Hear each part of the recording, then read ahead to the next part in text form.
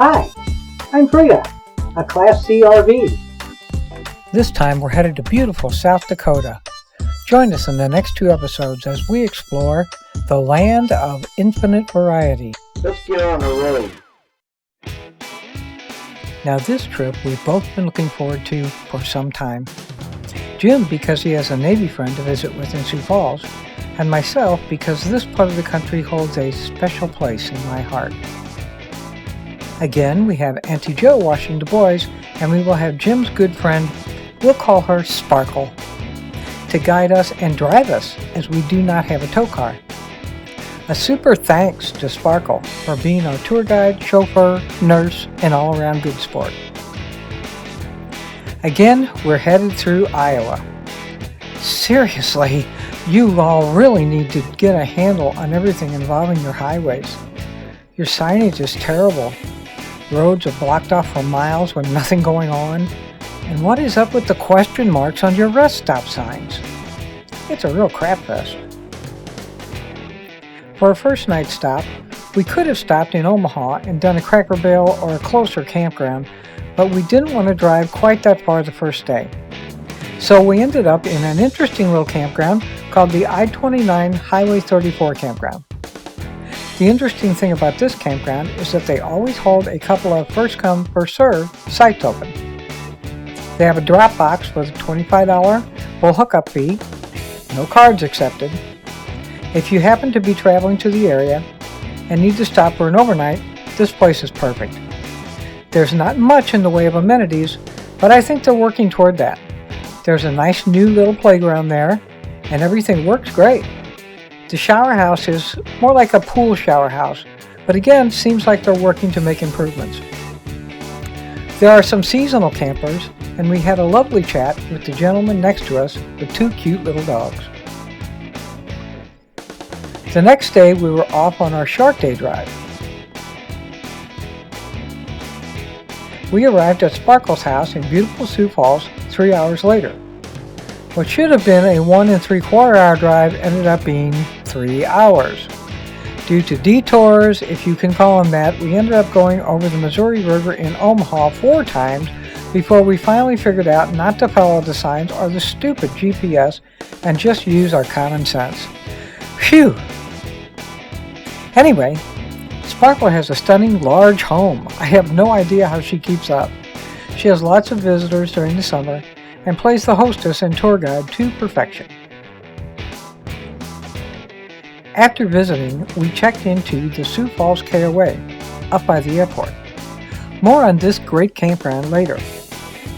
We were spending one night and then heading west to Rapid City on Highway 90. This was the part of the trip I was really looking forward to. To me, these rolling grasslands are just the most peaceful, spiritual place with very little human intrusion.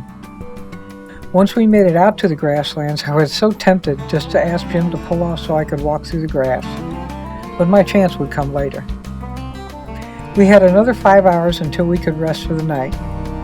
As we passed Chamberlain, we could see the beautiful Dignity in Sky calling to us, but we would visit her on our way back.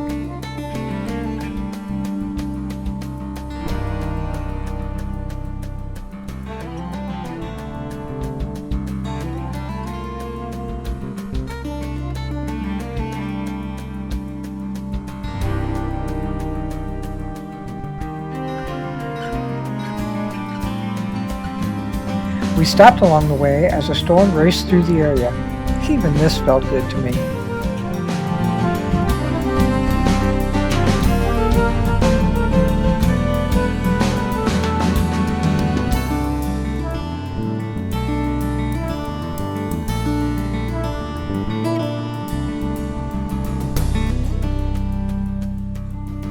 After the storm passed, we again drove west, through farmland and land currently being held for the native nations of the Lakota, Cheyenne, and Crow. Passing through reservations Yankton, Rosebud, and Pine Ridge on Highway 90, I could almost see the herds of buffalo that grazed these peaceful hills in times past. After Murdo, the landscape started to change, and we started to see evidence of the prehistoric carving of this landscape into the Makochicha, or Badlands, beginning with the nomadic tribes who migrated into the area more than 10,000 years ago. Paleo-Indians used this area as their hunting grounds. The first known inhabitants were these mammoth hunters who were present at the end of the Ice Age. Many historic finds by paleontologists have been recorded in this area. This is another area we would revisit, but today it was onto our campground, the Rapid City KOA, where we would have 3 days. Our friend Sparkle would meet us in the morning for exploring, as she was staying with friends just north of Rapid City.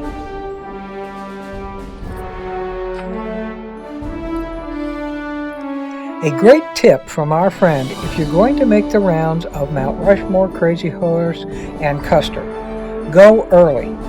We had a great parking spot at Mount Rushmore and very little crowds, so we were able to get in, get a good look, and get out before their tour buses, which followed us around all day.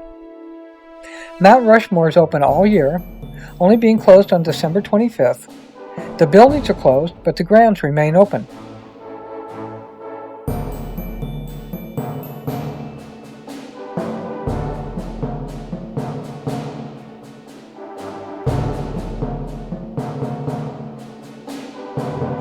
The Avenue of Flags is a stunning sight leading to the reveal of the 4 U.S. presidents.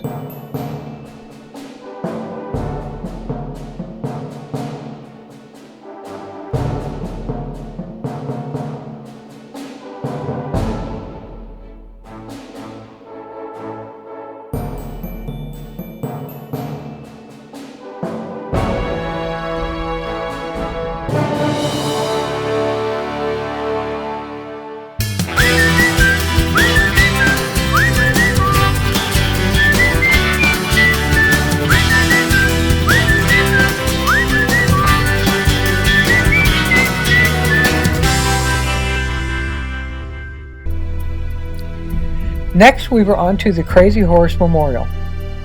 Wow! It's so impressive.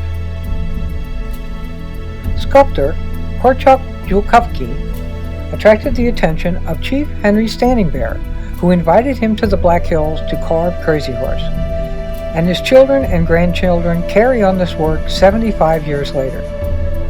When asked why Crazy Horse, Korchak wrote, "Crazy Horse never signed a treaty or touched the pen. The monument is not meant to be an accurate depiction, but more as a memorial to the spirit of Crazy Horse and to his people." When asked, "Where are your lands now?" Crazy Horse pointed and replied, "My lands are where my dead lie buried." Currently, more than 1 million visitors come to the memorial each year to see the progress, and the momentum continues in all aspects of the project. Existing solely on donations and admissions, the Crazy Horse Memorial Foundation's mission is to protect and preserve the culture, tradition, and living heritage of all North American Indians. As impressive as the sculpture was, the museum is even more amazing. There are examples of past and present arts by so many of the nations of North America: the Zoltec, Inuit, Lakota, Cheyenne, and many, many more. People don't realize that it is not just a monument to the native peoples of this country, but a plan to create an entire complex dedicated to the mission. Future plans, other than continuing work on the sculpture, include expanding and enhancing the Indian Museum of North America and further developing the Family Life Collection and Mountain Carving Gallery, developing and delivering year-round academic programming of the Indian University of North America in partnership with institutions of higher learning, growing student enrollment from 38 students currently to over 100 per year.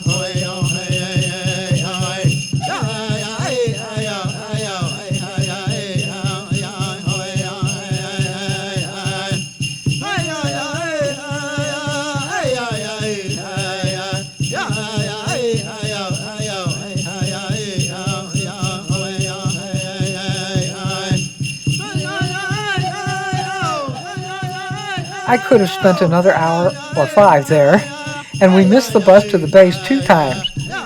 But now we have a reason to return, and we shall. To continue beating the tour buses, we headed over to the town of Custer, decided we were hungry, and wanted to get a bite to eat. So we stopped at the Bugle and Bull restaurant in Custer.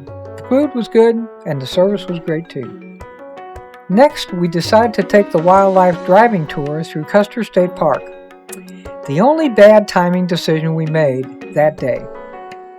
Although scenically it was stunning, we picked the wrong time of day to see the wildlife. Yet another reason to come back.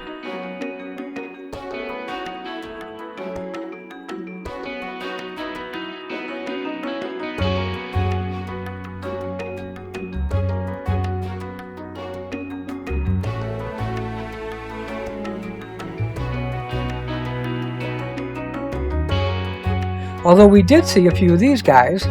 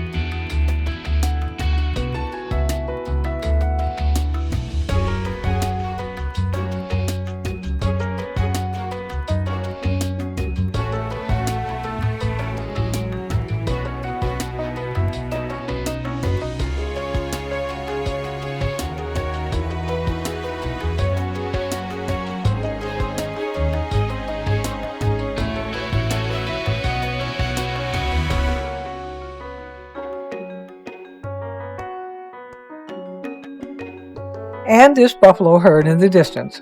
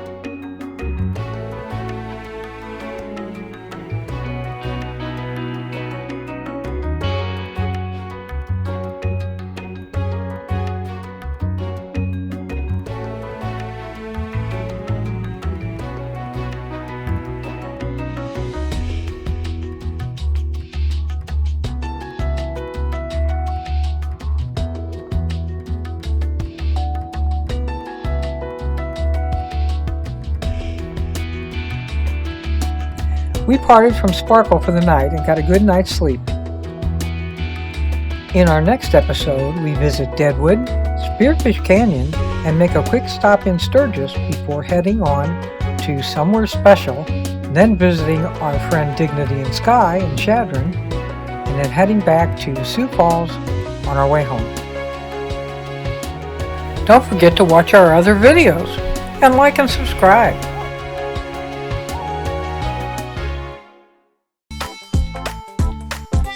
Thanks for watching. Click the red button to subscribe. Click the thumbs up below to like. Click the bell to be notified of our next video. And share, share, share.